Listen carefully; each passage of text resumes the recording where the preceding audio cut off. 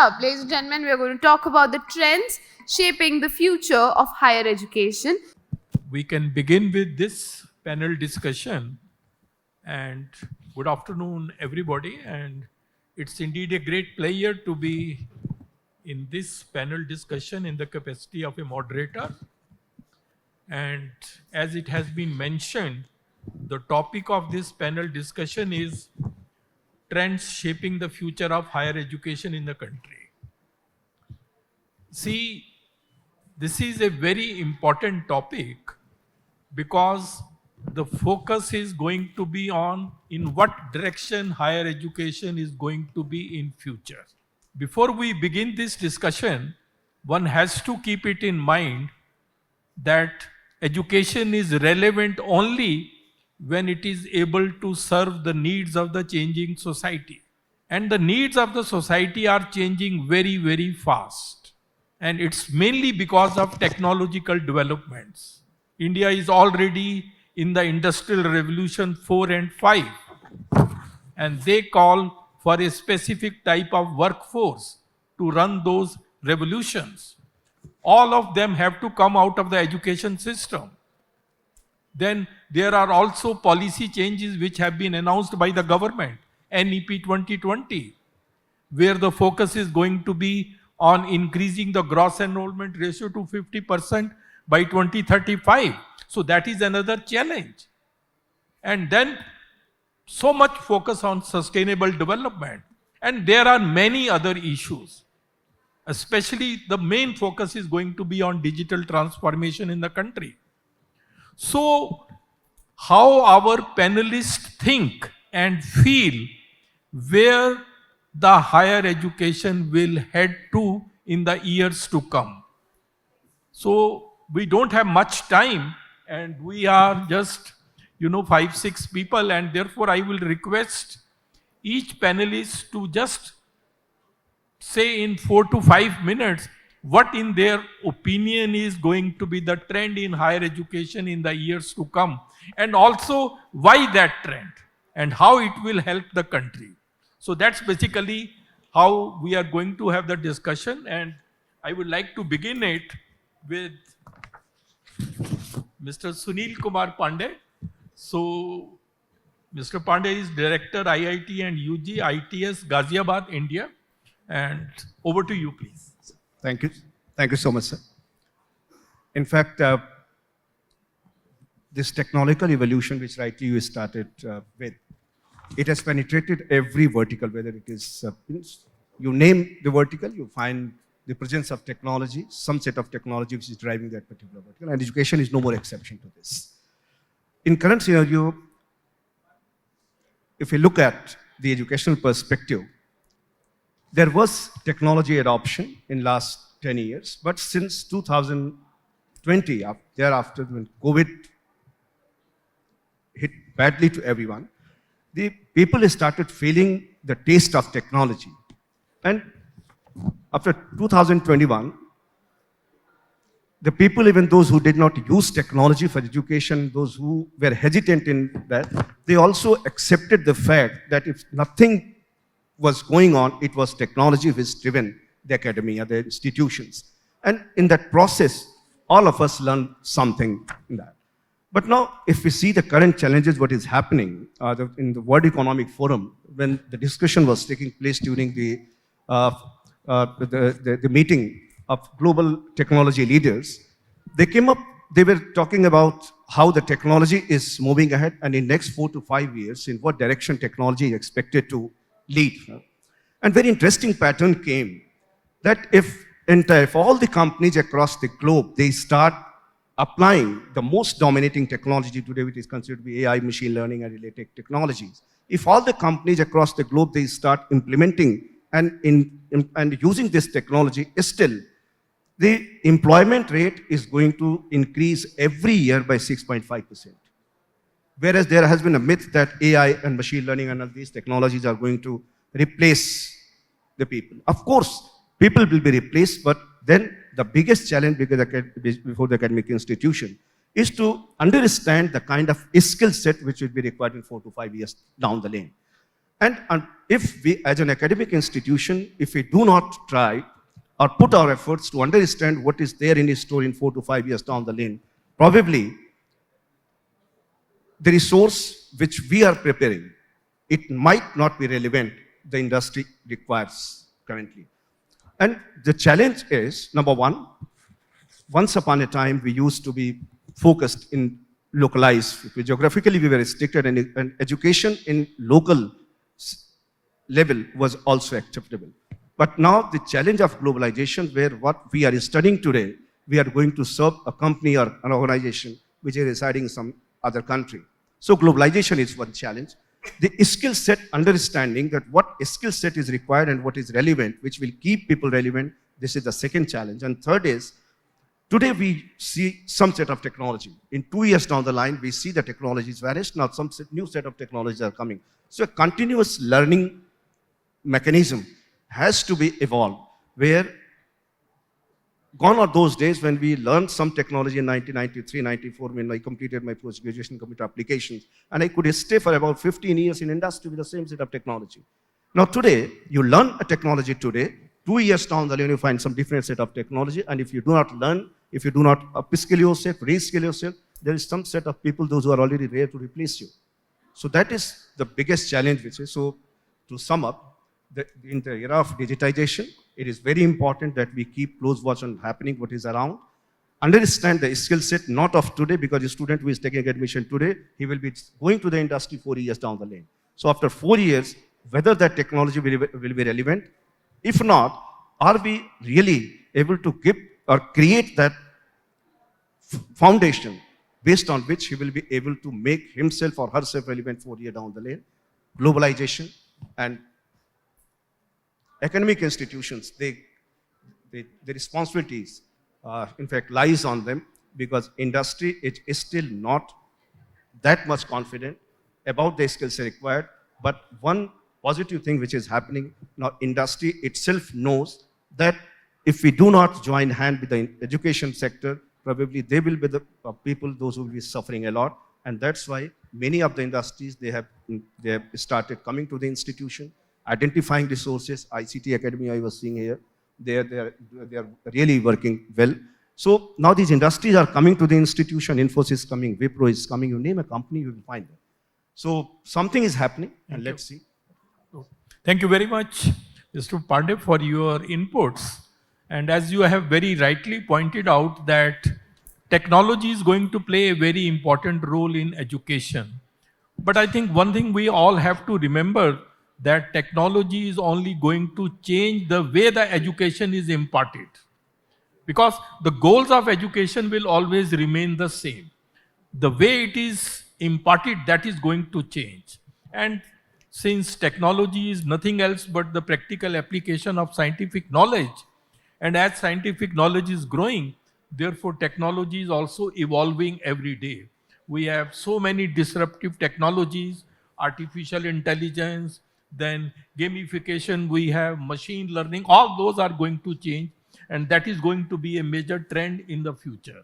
But you know, when all this is happening in higher education, may I request Professor Vimal to throw some light on this, how teachers will change, how their roles will change, and how can we empower our teachers so that they can play the roles which the changing times will require.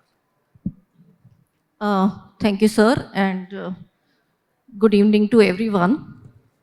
I come from UGC Malviya Mission Teacher Training Center, where we are imparting teachers training to 15 lakh higher education teachers. We have the mandate in the coming 3 years. And the idea is that, first of all, the very aspirational policy that we have brought, the National Education Policy 2020, number one, every stakeholder, whether it is teachers, the administrators, and students, should be aware about what all changes are going to happen. Next comes how that can be integrated with the curriculum. I am also a practicing teacher, and we are in the third year of implementing NEP. But the curriculum still remains 80%, 90% same. A 4-credit paper converted into 2-credit paper, but it is being pushed. पढ़ाना तो सब कुछ है, and still the focus is on rote learning. The national education policy is ambitious to develop our society through our classrooms into a holistic student with the outcome-based education, where the focus is not simply on the subject-specific elements, but the generic learning outcomes.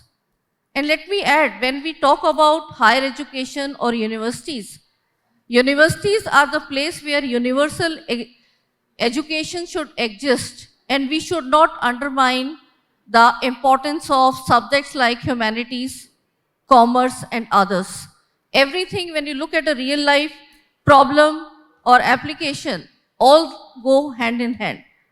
So while we have to prepare our students into the so-called trending shift, which the title has been given, the AI, the entire use of technology in agriculture, or every field for that matter, but with the values and human touch. So how do we achieve that? That cannot be achieved without, definitely, as my earlier panelists and the earlier session also I was listening, the industry-academia relationship should be there, but I don't see it at the ground level. It is really missing. The CSR is there, but I don't know where the CSR company X is there, and there will be a foundation of the same company where the CSR goes. We are not having CSR money in institutions, and if you go at the local ground level reality, I have interacted being a chemistry person, chemistry के experiments करने के लिए साल में 40 रुपए एक बच्चे को मिल रहे हैं.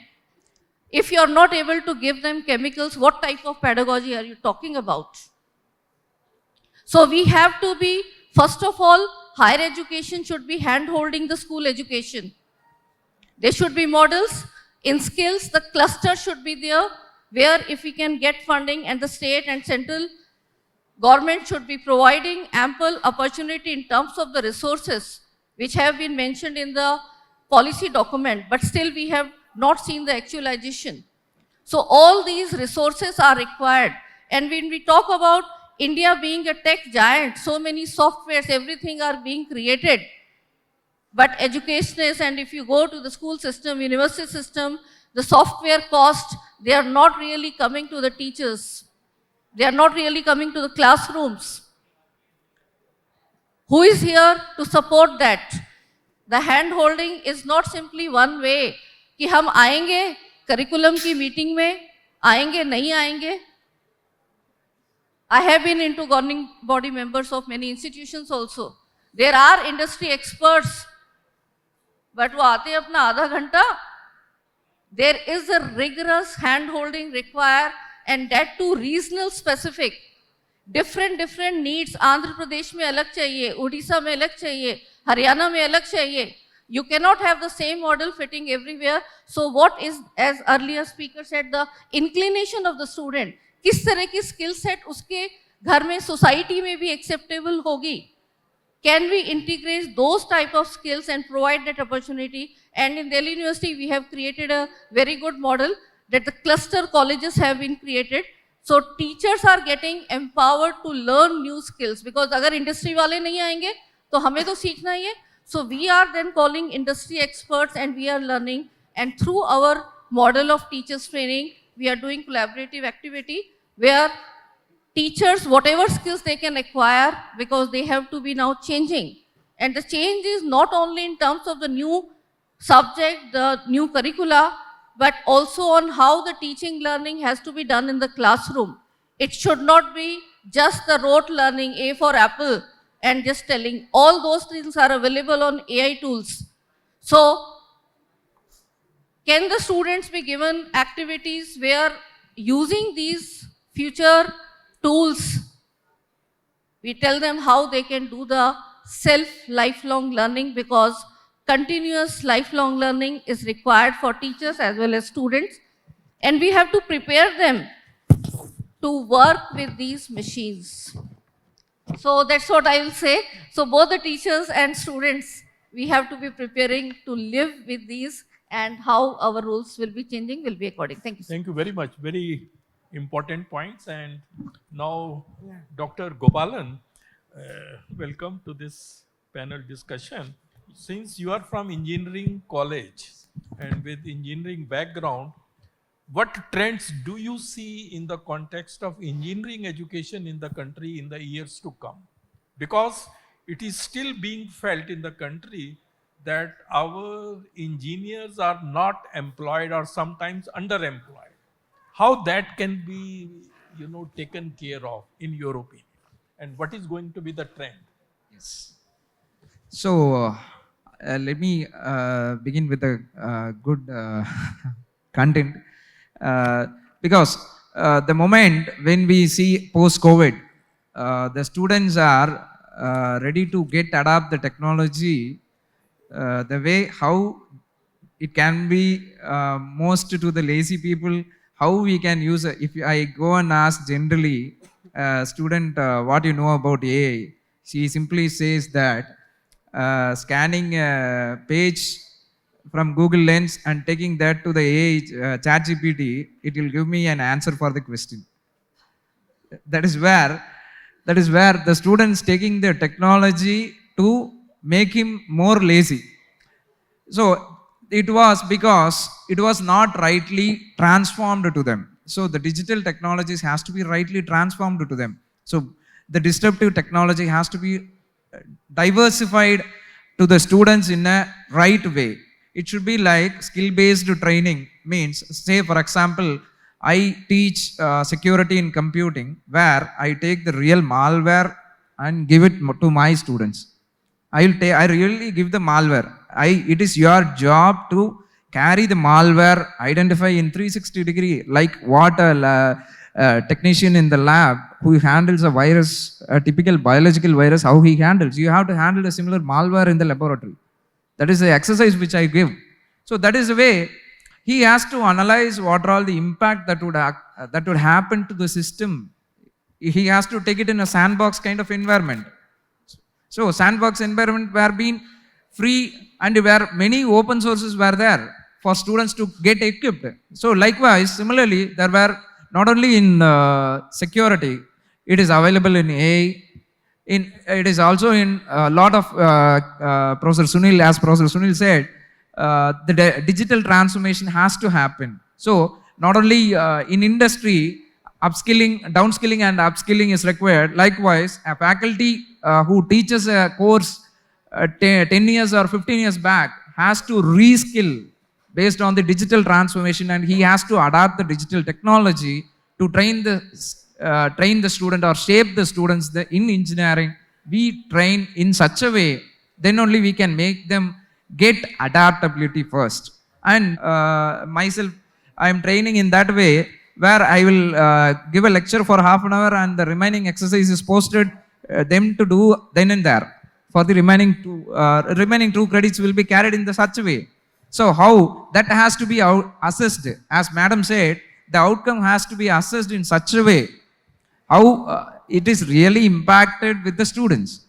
So by end of the course, so say for example, I am teaching a security in computing, end of the semester, how well he adapted that particular technology or particular tool, how it is being carried to the student. End of the day, he is eligible for that particular certification with real education along with skill-based learning.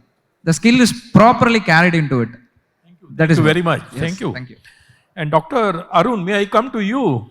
See, you are CEO of Edge Solutions Innovations Private Limited. Based on your experience, what you think is going to be the trend in higher education in the years to come, especially in regard to the fact that, there is a feeling that there is a crisis of innovation and creativity in Indian education system. So What is your opinion about that and what all should be done?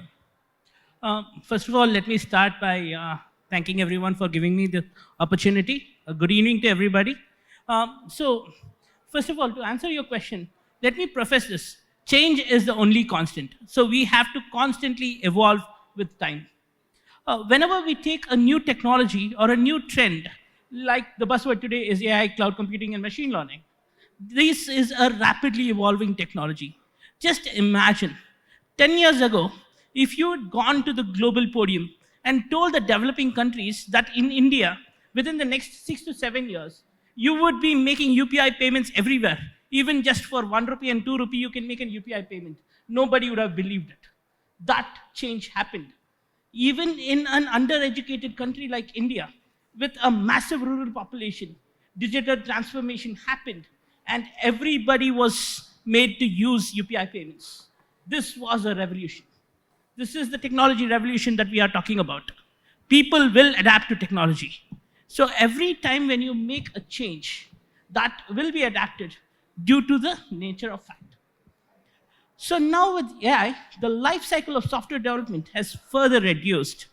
Traditionally, computer science as a whole had a life cycle of about 6 years. Now with AI, the rapid change in technology, the life cycle is just 3 years. So a new engineer coming into an engineering degree has to not only learn how to adapt to this change, but also have to have an ability to adapt to future changes. They have to constantly learn. The moment you stop learning, you get phased out. So you have to constantly keep yourself updated. Awareness is key. You have to know what are the technologies, how do I utilize it? You have to know the pros and cons of each. And that is very important skill to have. So to do this, the educational system does not have to go behind these buzzwords. AI education is not unique.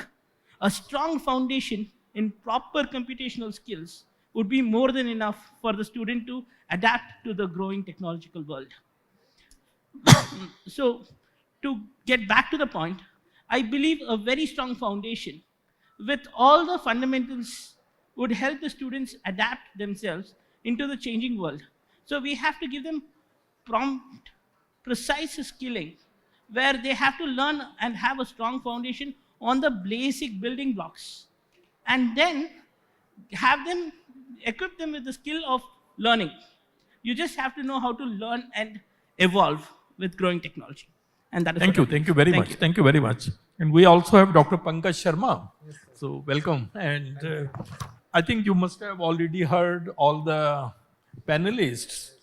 What, in addition to what has already been said, what you think is going to be important as far as the evolution of higher education in the years to come is going to take place? Yeah, first of all, good evening to everybody. Thank you for the opportunity.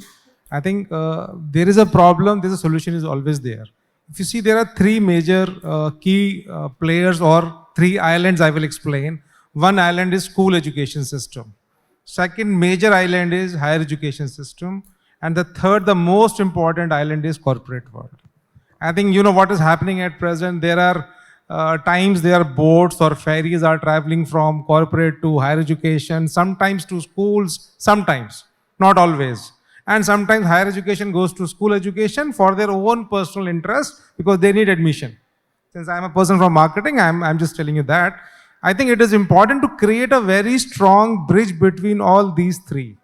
Once we are able to create that, our problem will resolve. Because corporate guy will come only for taking the talent. They are not into that process, how to make the talent into a higher education or a school. We have seen when students coming from 15 years of school education to higher education system, it is very difficult. Time is 3 years or 4 years. Very difficult to train them. So it is important to make sure that during their school education, there should be a very strong bridge between the corporate and the higher education. Second important thing is when the things are changing very fast. In minutes, in hours, we are changing very fast. I don't know how many of you remember Nokia 5110 mobile. Nobody remember? In fact, some of us use that. If I tell you today you want to use that mobile, you will say, some of you will say, yes. but only to hit someone, not to use as a mobile. So things are changing very fast. I think it is important when we as a human being, we also have to adapt. We have to adapt new things as fast as possible. Otherwise, you have everything, but if your mindset is not to change, then it's very difficult to change or to learn new things. I think it is important to learn every day, every hour, one has to learn new skill. I have seen people age of 70 doing lot of good things and people age of 17, they are not doing because it's a question of a mindset. I just talk about Gita University. I represent Gita University. We have a Gita technical hub in the university. You go there, you will experience that one corporate is there. Students are experienced that working in a corporate. So we do a lot of experience. We started 3 years back, and I proudly say that we are the university implementing 100% NEP because we are small. We have 2,000 students. I understand when you have thousands of students, very difficult. We are lucky that new education policy came. We converted into a university and we implemented. Thank you. I think that's a very relevant point. And now, before I conclude this panel discussion, I will just give chance to everyone to say something which they still feel is left and which is relevant in the context of evolution of higher education. Professor Vimal.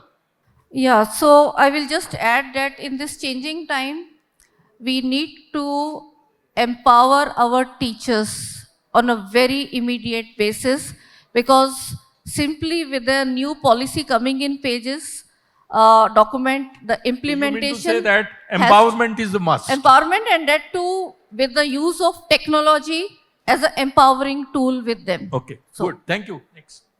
I think one should open for collaborative approach. That's collaboration is important at all levels. Otherwise, it's very difficult to grow or to face the challenge. So you mean to say internationalization of higher education? That's one aspect. Now you will have a lot of campuses, let's say coming That 5-10 years. Collaboration between the system. Okay. The finance people is not talking to the, let's say, academicians. I think that's collaboration is important going forward. That's very important. Yes. So there is this is my personal experience, and I'm sure people in academia many would support that we have a syllabi and we have a learner. But at most of the places, how to connect that theory with the practical, that is very important to be addressed. So I would like to add a point that multidisciplinary approach is essential for, as Professor was mentioning, NEP implementation. NEP says priorly as a multidisciplinary approach. Still, when a disruptive technology is mentioned, people think that AI or cyber security or AR, VR belongs to a computer science, but it is nowhere. A mechanical engineer is a cyber security man, and similarly, vice versa, according all digital manufacturing can be with anything. Experiential learning. Experiential learning is one of the most important. I think almost all the relevant points have been covered. And let me just summarize what I think is going to be as a result of what all panelists have said. See, we are laying so much emphasis on technology. As I said, technology is only going to change the way education is imparted. Most important is we have to focus on learners. We should not forget, and we have to keep it in mind, that the era of rote learning is over. We will have to shift from teacher-centric to learner-centric pedagogies. That is the need of the hour. Because by engaging our students into various activities, that is what we call as experiential learning, we can really engage them. The focus of our higher education system should be on encouraging thinking, innovation, and creativity among students. That is unfortunately missing. And that is one reason why we are not able to excel in research in our country. Look at the fact, no Indian scientist working in India has ever been able to get Nobel Prize after 1930, when C.V. Raman got it. After that, no one has got it. Why? It has ultimately to do with our education system. And in any education system, three things are very important. One is, what do we teach? That is the curriculum, total learning experience. It has to be modern, it has to be skill based, it has to be industry led. So we have to focus on that. Second is pedagogy, how we teach our students. There, we need to focus on learner-centric pedagogies. Unfortunately, in our country, focus is on well-filled mind. We fill the minds of young students with more and more knowledge. That's not the need. We need to have well-formed mind. The mind which is formed out of thinking, innovation, and creativity. And the third point is, how do we assess our students? Because assessment drives learning. The way you will assess your student will start learning in that way. So it can be a good way to enhance the quality of education in the country. So, our teachers need to be trained that our assessment should focus on higher order thinking skills. We generally focus on lower order thinking skills like remembering, understanding, application. No, that will not work. Until and unless these fundamental changes are brought about, I think we are not going to be very successful in this modern age of technology. That's my feeling. Thank you very much. And once again, I thank my all panelists for their excellent contributions and making it a great success. Thank you very much, madam.